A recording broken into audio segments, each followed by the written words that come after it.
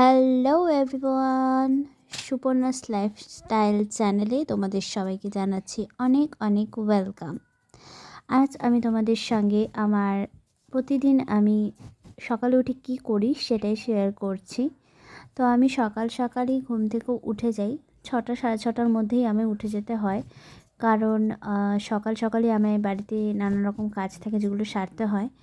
আর এখানে কিন্তু আমি উঠে গেছি আর বিছানাটাকেই সবার আগে গুছিয়ে নিচ্ছি, আর বাসি কাজগুলো তারপর আস্তে আস্তে সেরে নেব।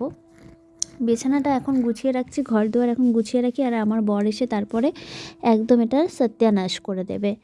তো এখানে ঘরটা গুছিয়ে রাখার পর আমি সকালে ঘরটা ঝাড়ু দিয়ে নিচ্ছি, কারণ সকালেই উঠেই কিন্তু ঘরের বাসি কাজগুলো সেরে নিতে হয়। আর সকালের বাসি কাজ মানেই কিন্তু ঘর ঝাড় দিয়ে দেওয়া, এটা কিন্তু খুবই ভালো একটা কাজ। আর এটা সব কিন্তু আমার শাশুড়ি মায়ের কাছ থেকেই শেখা। তো এখানে আমি ঘরটা ঝাড়ু দিয়ে নিচ্ছি, তারপর চলে যেতে হবে বাইরে, বাইরে ঝাড়ু দিতে হবে।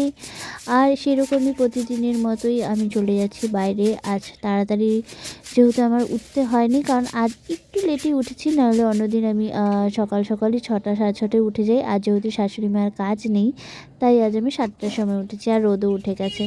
এদিকে আমি ঘরে দুয়ারে জল দিয়ে, বাইরে জল দিয়ে তারপর চলে গেলাম ছাদে। আর ছাদে গিয়ে ব্রাশ করতে করতে একটু এই ফোনটা পড়ে যাচ্ছিল।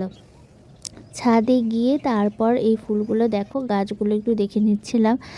আর গাছগুলোকে একটু ঠিক করতে হবে, সেটা করা হচ্ছে না, অনেক দিন হয়ে গেল। তারপর মুখ ধুয়ে চলে আসলাম নিচে, আর এখানে কিন্তু আমি ব্রেকফাস্টটা রেডি করে নিচ্ছি। তারপর আমি আর আমার শাশুড়ি মা মিলে ব্রেকফাস্টটা সেরে নিলাম, আর তারপরেই কিন্তু শুরু আমার রান্না।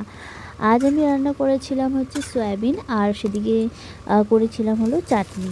ভিডিওটা যদি ভালো লাগে একটু লাইক করে দিও।